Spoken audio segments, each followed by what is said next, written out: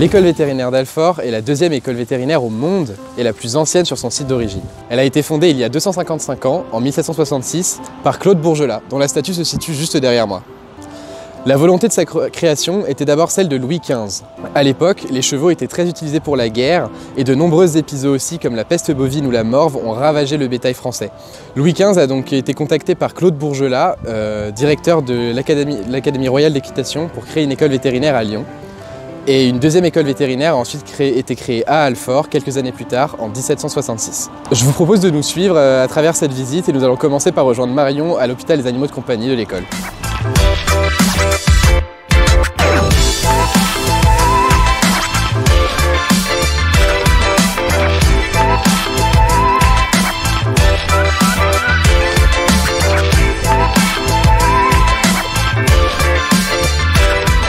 Bonjour et bienvenue à l'hôpital des animaux de compagnie d'Alfort.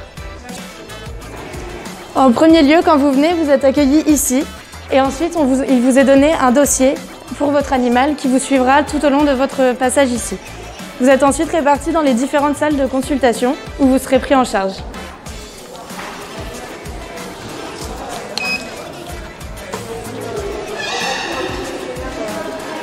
Ici, les étudiants de 5e et 6e année font les préconsultations, c'est-à-dire qu'ils vous posent des questions, ils commencent à examiner l'animal et ensuite ils vont présenter tout leur travail à un clinicien responsable du service. Ils discutent avec eux de leurs hypothèses et des examens cliniques et complémentaires qu'ils voudraient réaliser.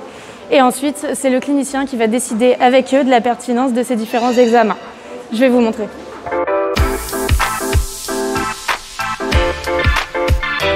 Dans ce couloir, vous trouvez toutes les salles de consultation avec lesquelles nous pouvons discuter avec nos cliniciens.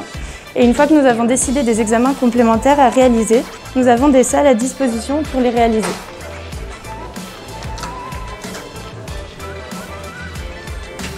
Nous avons également pour nous aider des ASV qui peuvent nous aider à tenir les animaux et réaliser avec nous les gestes techniques nécessaires.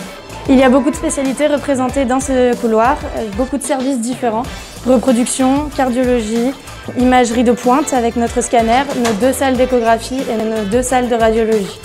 Il y a également un service de dermatologie, de nutrition et de comportement. Vous voyez par exemple ici la salle de reproduction où nous avons tout le matériel pour réaliser les suivis de gestation que nous réalisons pour aider les propriétaires et les éleveurs par exemple à avoir des portées.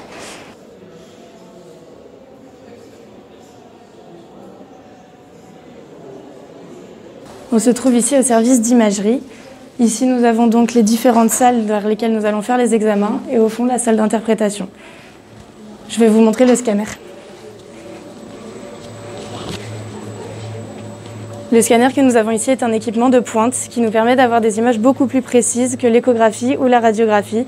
C'est un examen qui est très important pour les chirurgiens et pour les imageurs pour avoir des données précises sur tout ce qui se passe à l'intérieur du corps de l'animal.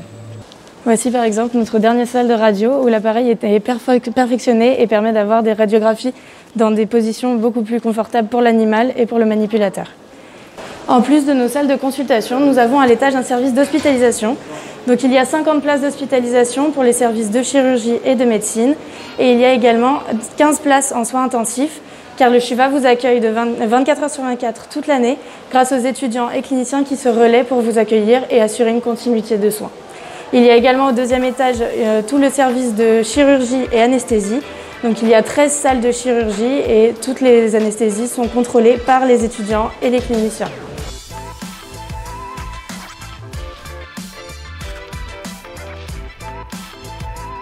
Alors dès la 3e année, on commence à mettre les pieds au CHUVA. On fait des soirées de garde encadrées par les 6e années pour faire les soins aux hospitalisés. En 4e année, on y passe 2 matinées toutes les 2 semaines. Le but, c'est de découvrir un petit peu tous les services et de voir un peu comment tout s'organise. C'est à partir de la 5e année qu'on y passe beaucoup plus de temps, puisqu'on y passe un semestre entier. Et si on choisit une dominante animaux de compagnie en 6e année, on y passe l'année intégralement. J'espère que cette vidéo vous aura permis de voir un petit peu comment le CHUVA fonctionne, de vous donner envie d'y mettre les pieds un jour. Et j'espère que vous allez passer une très bonne visite par la suite.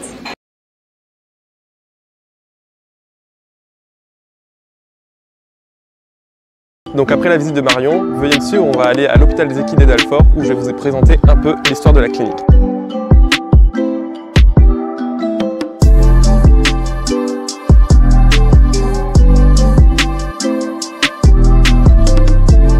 Donc nous voici au plein cœur de l'hôpital des équidés de l'École nationale vétérinaire d'Alfort. C'est un bâtiment historique ici au sein de l'école puisqu'il a été construit au début du 19e siècle avec un bâtiment ici à l'est qui a été construit en 1826 et ici en 1828. C'est en 1847 qu'un amphithéâtre clinique est venu relier les deux bâtiments. Donc à l'époque, il servait au TP de maréchalerie et maintenant il a été converti en un bloc de chirurgie avec des appareils de radiographie, d'échographie et des salles d'anesthésie qui sont complètement matelassées pour éviter que le cheval ne se blesse au moment où il s'endort avant une chirurgie. Donc je vais vous amener un peu plus proche des différents éléments de la clinique afin de vous expliquer. Donc ici, on se trouve devant un tapis électrique qui permet d'analyser les efforts du cheval, d'étudier les mouvements du cheval à l'effort et donc dans les pathologies locomotrices notamment, d'analyser tout ce qui est boiterie et autres problèmes au niveau des pattes. Ici, on a l'une des plus anciennes pièces de l'école vétérinaire d'Alfort qui a été construite en 1780. Il s'agit du travail de Bourgelat. Donc à quoi servait-il? À l'époque, il servait notamment à ferrer le cheval et donc à tous les travaux de maréchalerie. Il les servait également, au moment où l'anesthésie n'était pas encore au goût du jour, à réaliser toutes les chirurgies en fixant très fermement le cheval au pied de ce travail. Je vais vous amener maintenant plus proche des salles au rez-de-chaussée afin de comprendre quel est leur rôle. Donc à ma gauche ici on va avoir toutes les salles des hospitalisés, c'est-à-dire les chevaux qui vont rester de quelques jours à quelques semaines ici, sous perfusion ou avec des injections régulières le jour et la nuit. C'est d'ailleurs ici que les étudiants dès la deuxième année vont pouvoir commencer à effectuer les gardes, ce qu'on appelle des gardes équines. En troisième année, ces gardes vont s'intensifier en fréquence et c'est en cinquième année où on va passer un mois complètement ici à la clinique équine de l'école. Et en sixième année, si on choisit une dominante équine, on va pouvoir alors passer la totalité de l'année à réaliser la médecine équine, que ce soit en chirurgie, en médecine interne ou en pathologie locomotrice, ophtalmologique, etc. Maintenant, de ce côté-là, on a toutes les salles d'examen, que ce soit les examens locomoteurs ou ophtalmologiques. Et donc ça permet aux étudiants ainsi qu'aux cliniciens de réaliser les différents examens complémentaires pour établir un diagnostic précis. Il faut savoir qu'en 2023 à 2024, tout ce centre va être déplacé en Normandie dans un autre centre de l'école vétérinaire d'Alfort qui est le CIRAL, le centre d'imagerie et de recherche sur les affections locomotrices équines, qui contient maintenant depuis peu une piscine de 40 mètres qui est circulaire avec une fosse panoramique dans laquelle on peut descendre et observer les mouvements du cheval lors de l'effort au sein de l'eau. Et donc les étudiants dès la cinquième année pourront bénéficier d'un centre de médecine équine à la pointe de la technologie et y passer la majorité du temps, notamment s'ils choisissent une dominante équine en dernière année. Maintenant, je vais vous amener au bâtiment Fragonard qui se trouve derrière la clinique équine. Veuillez me suivre.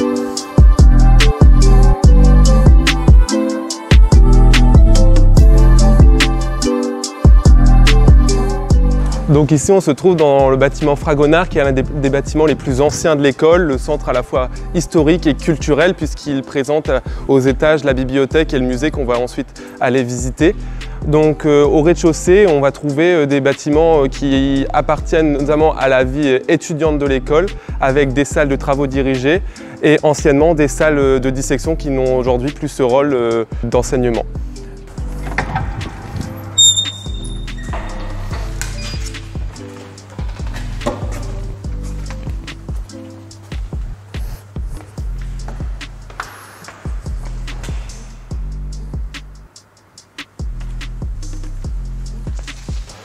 Donc ici on se trouve dans le plus vieil amphithéâtre en bois d'Europe qui accueille notamment les cours magistraux dès la première année et ensuite en deuxième année.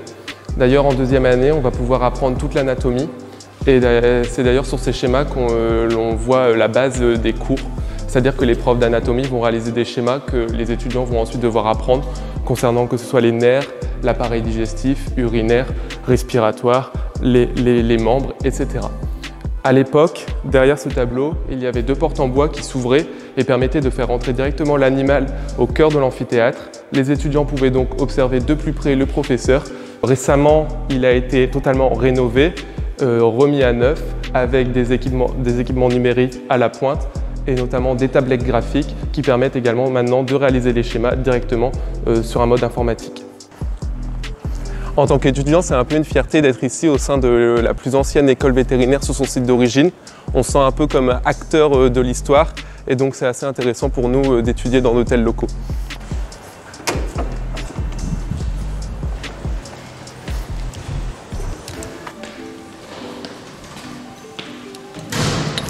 Donc en tant qu'étudiant vétérinaire, il est possible de devenir garde du musée ainsi que d'effectuer des visites guidées. Donc cela se passe des après-midi dans les semaines, que ce soit le jeudi après-midi, le samedi après-midi ou le dimanche après-midi. Le musée est ouvert et ce sont des étudiants qui s'occupent de l'accueil des visiteurs. Donc ici, nous nous trouvons dans l'un des plus vieux musées de France, encore plus vieux que le Louvre ou le Muséum d'histoire naturelle. C'est un des joyaux du patrimoine de l'école qui regroupe plus de 4000 pièces qui sont ici exposées, sans compter les pièces qui se trouvent en réserve. Donc ici, les pièces sont rangées par catégorie. Donc on va commencer ici par toute l'anatomie comparée, avec des pièces de l'appareil digestif ou des pièces de l'appareil respiratoire ou même circulatoire, voire urinaire. Ensuite, on va passer directement dans ce qu'on appelle la vitrine de tératologie, à savoir l'étude des monstres, qui n'a pas une vision péjorative à l'époque, puisque au début c'était un cabinet de curiosité. Le but était de montrer les différences aux visiteurs et non pas de montrer le côté péjoratif de ces pièces. Donc on va trouver des veaux à 2 têtes par exemple, ou à 8 pattes.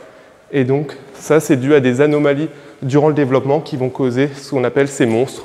Ici on est dans une majestueuse salle, c'est la salle des squelettes, qui regroupe les squelettes d'animaux un peu exotiques, que ce soit des rhinocéros, des girafes, des dromadaires ou même des lions. Et donc maintenant, pour terminer cette visite, je vais vous emmener dans une salle un peu particulière, avec une température un peu particulière, qui est le fruit du travail d'un grand professeur d'anatomie et directeur de l'école. C'était le premier directeur de l'école d'Alfort, c'est la salle des écorchés.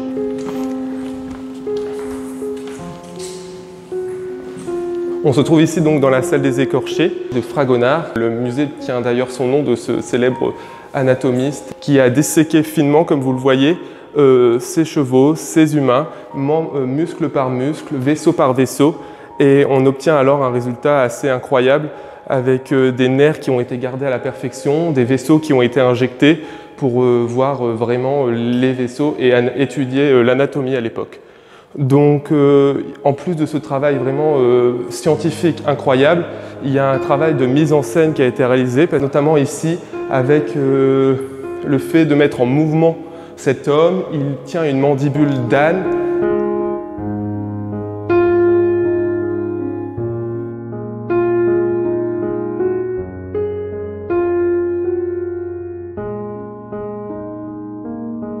Donc avant de rentrer dans la bibliothèque, on a ici une salle de travail qui permet aux étudiants de l'école de venir réviser leurs cours ou bien travailler en groupe ou tout en accédant aux données de la bibliothèque.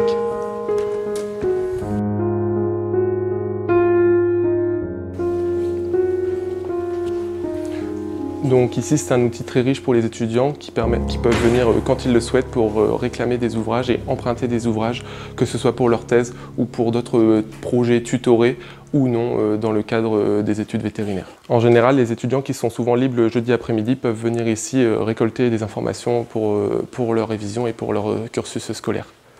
Donc l'aspect ici de rangement peut paraître assez majestueux, avec des escaliers qui permettent de monter aux derniers étages, avec des livres qui doivent être manipulés parfois avec des gants puisqu'ils sont très anciens.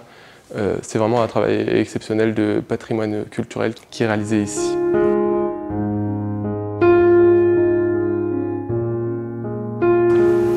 Donc après le bâtiment Fragonard, son musée, sa bibliothèque, qui, comme vous l'avez vu, sont chargés d'histoire, je vais vous amener au bâtiment Nocard qui se trouve juste derrière le bâtiment Fragonard.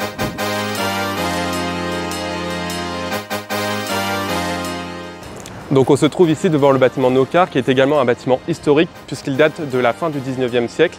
Et il est au nom de Nocard, qui était un professeur de médecine, de chirurgie et un ancien directeur de l'École nationale vétérinaire d'Alfort. Donc avant, il s'agissait d'un bâtiment lié aux pathologies contagieuses et aujourd'hui, il s'agit de l'hôpital des animaux de production ainsi que de l'hôpital de la faune sauvage.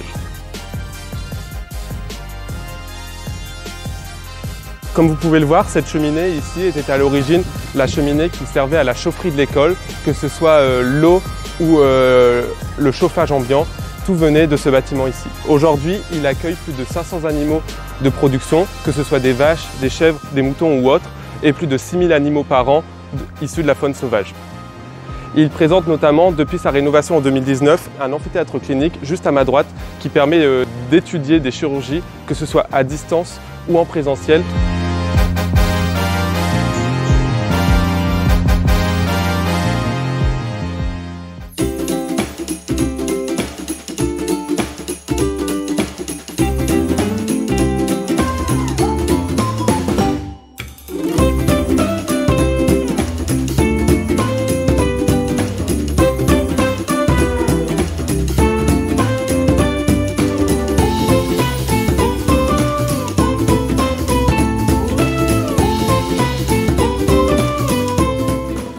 Donc bienvenue devant le nouveau bâtiment de l'école, l'Agora, qui est un centre vraiment de l'enseignement et administratif qui a ouvert ses portes en juin 2022.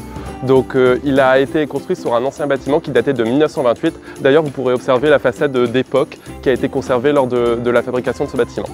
Donc suivez-moi, je vais vous présenter l'intérieur de ce bâtiment plus en détail.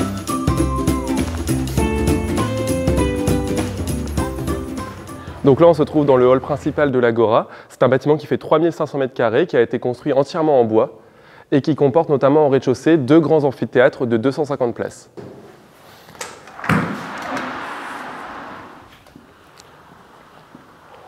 Donc bienvenue à l'intérieur d'un des 2 amphithéâtres. Donc il compte 250 places et il permet d'assister aux cours magistraux de la 1re à la 4e année. Donc que ce soit de l'anatomie, de la physiologie, de la médecine, du comportement. Ici, on a vraiment un lieu qui est vraiment adéquat avec des écrans, un nouveau rétroprojecteur et un outil technologique qui nous permet vraiment d'assister à des cours de qualité. Globalement, on passe 2 à 3 heures par jour dans cet amphithéâtre pour les cours magistraux qui ont lieu l'après-midi. Donc ici, on est au 1er étage. C'est là qu'ont lieu la majorité des TD. Donc il y a différentes salles disposées, je vais vous en présenter une.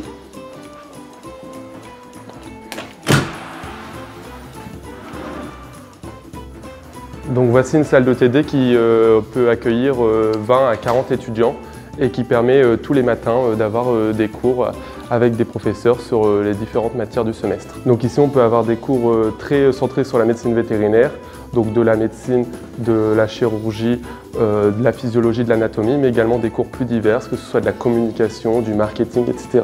Et donc ça nous permet d'avoir une diversité d'enseignements ici dans ce bâtiment. On est vraiment très proche de l'enseignant dans ces salles grâce aux rétroprojecteurs qui sont directement sur les murs et des tables qui peuvent se disposer de manière vraiment diverse en fonction des différentes activités. Donc d'avoir un bâtiment si moderne, c'est vraiment une chance en tant qu'étudiant de pouvoir vraiment bénéficier d'un centre qui regroupe toutes les activités d'enseignement.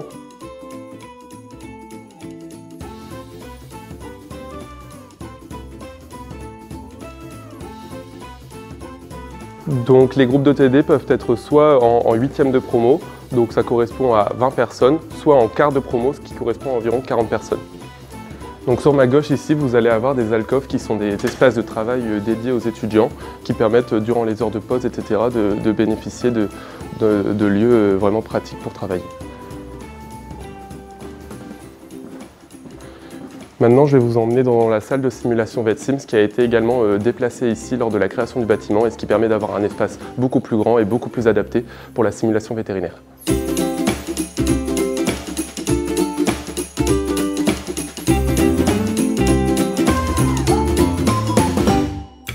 Voici la nouvelle salle VetSims, donc qui a été vraiment entièrement repensée et réadaptée avec un espace beaucoup plus grand et beaucoup plus adapté et vraiment des pôles de travail qui ont été réorganisés. Donc ici, vous aurez plus le pôle centré sur la chirurgie, avec que ce soit des mannequins qui permettent d'apprendre à attacher un animal sur une table d'opération, à faire des fausses ovariectomies, ou sur ma gauche ici, des fausses plaies qui permettent d'apprendre les sutures, les différents nœuds, les différents surjets qu'on a à faire lors d'une chirurgie.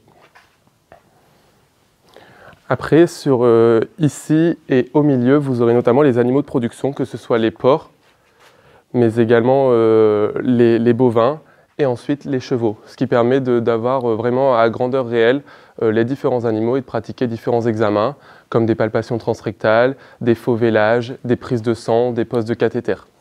L'idée de VetSims, c'est d'apprendre à réaliser des actes médicaux et des soins sur des animaux qui au départ sont inertes. Et donc ça permet d'arriver lors des hôpitaux avec plus de confiance et d'habitude sur les gestes habituels qu'un vétérinaire doit être amené à faire. Typiquement, poser un cathéter, c'est plus facile sur un animal qui ne bouge pas que sur un animal vivant. Et donc la technique s'apprend ici en VetSims avant d'être appliquée directement dans les hôpitaux comme le CHUVA. Et quand je parle d'animal inerte, c'est tout ce qui est les mannequins ici, les peluches, etc. qui sont adaptés et qui ont été spécifiquement conçus pour s'entraîner sur les différents gestes.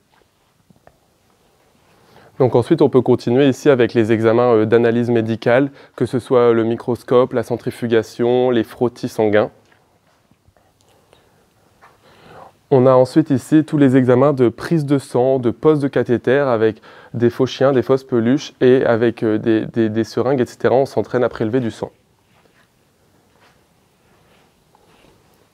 Donc ici, vous avez une fausse vache qui permet notamment la réalisation de vélage avec la simulation de fausses dystocies, c'est-à-dire des difficultés au moment du vélage, et qui permet à l'étudiant d'apprendre à manipuler et à gérer ces situations. Globalement, dès la 3e année, les étudiants ont des heures obligatoires en VetSims, ce qui permet d'apprendre les gestes et sont évalués en fin de semestre. Après, globalement, le reste du temps, le VetSims est ouvert de manière assez régulière pour pratiquer de façon autonome ici sur les différentes activités. On est évalué en fin de semestre, notamment en 3e année et en 4e année. Et ensuite, pour finir, ici, vous aurez des activités d'intubation trachéale, notamment avant les chirurgies, ce qui nous permet d'apprendre sur un faux animal comment on pose une sonde et comment on la retire, ce qui permet donc d'arriver au bloc opératoire de manière plus sereine.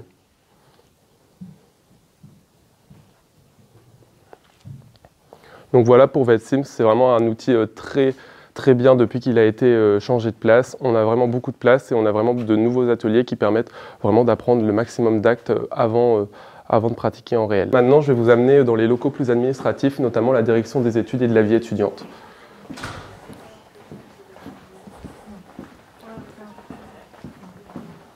Donc l'avantage de ce bâtiment, c'est qu'il regroupe à la fois les activités d'enseignement et les activités d'administration, ce qui permet une certaine proximité entre les étudiants et le corps administratif.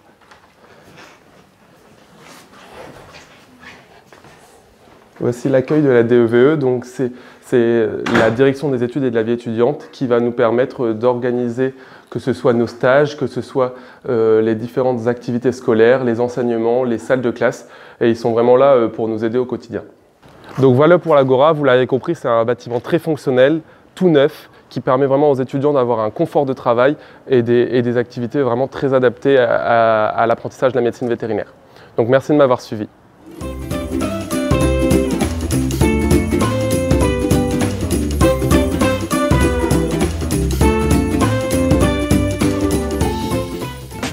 À ma droite, il y a un autre bâtiment qui est important pour les étudiants à Alfort, c'est le bâtiment Guérin. En fait, c'est un endroit où il y a des zones d'autopsie qui sont très importantes, notamment en 5e année. Et il y a aussi des zones de TP où on peut faire des TP d'épidémiologie, de bactériologie. Et on y passe beaucoup de temps en fait pendant notre formation à Alfort. Donc juste derrière moi, il s'agit de l'ANSES, c'est l'Agence nationale de sécurité sanitaire des aliments, de l'environnement et du travail. Et c'est un partenaire très important dans l'école parce qu'il participe notamment à la recherche au niveau du campus.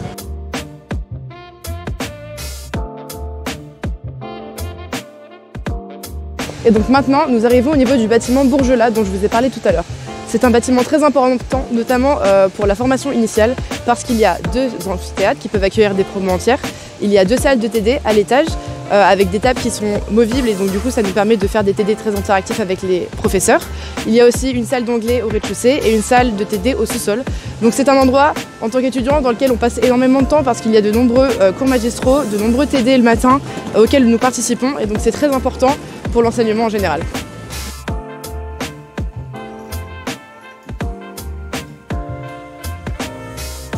Nous voici dans un des amphithéâtres du bâtiment Bourgelat. Donc c'est un endroit où il y a beaucoup de cours. On peut aussi faire des conférences le soir avec des associations. Et donc du coup, dans cet amphithéâtre, nous avons de nombreux cours, notamment en 2e année. On va s'intéresser surtout à l'anatomie et à la physiologie des animaux sains. Mais ensuite, dès la 3e année, on va commencer à aborder les pathologies, notamment la cancérologie. Et c'est dans ces amphithéâtres que les cours ont lieu l'après-midi en semaine. Et enfin, la dernière partie du campus que vous n'avez toujours pas vue, il s'agit des résidences universitaires et je vais vous les montrer tout de suite.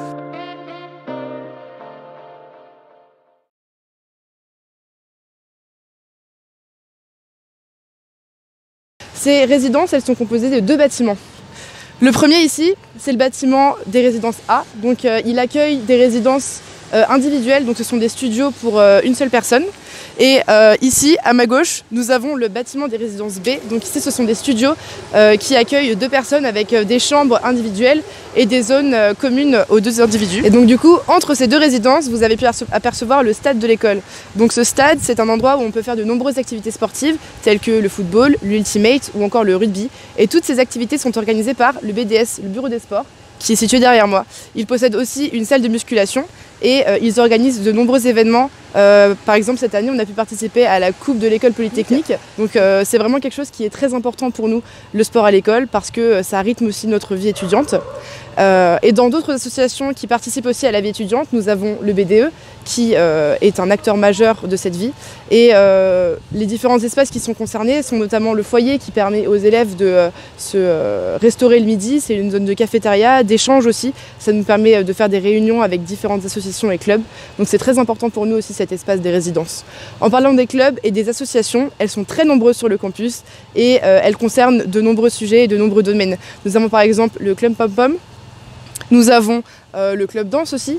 Et il y a d'autres types d'associations qui sont plus en lien avec le milieu vétérinaire. Il y a par exemple la VAC, la VEF, GTV Junior Alfort ou encore le club NAC qui permettent aux étudiants de s'entraîner, de pratiquer, mais aussi d'assister à des conférences qui sont organisées par ces associations.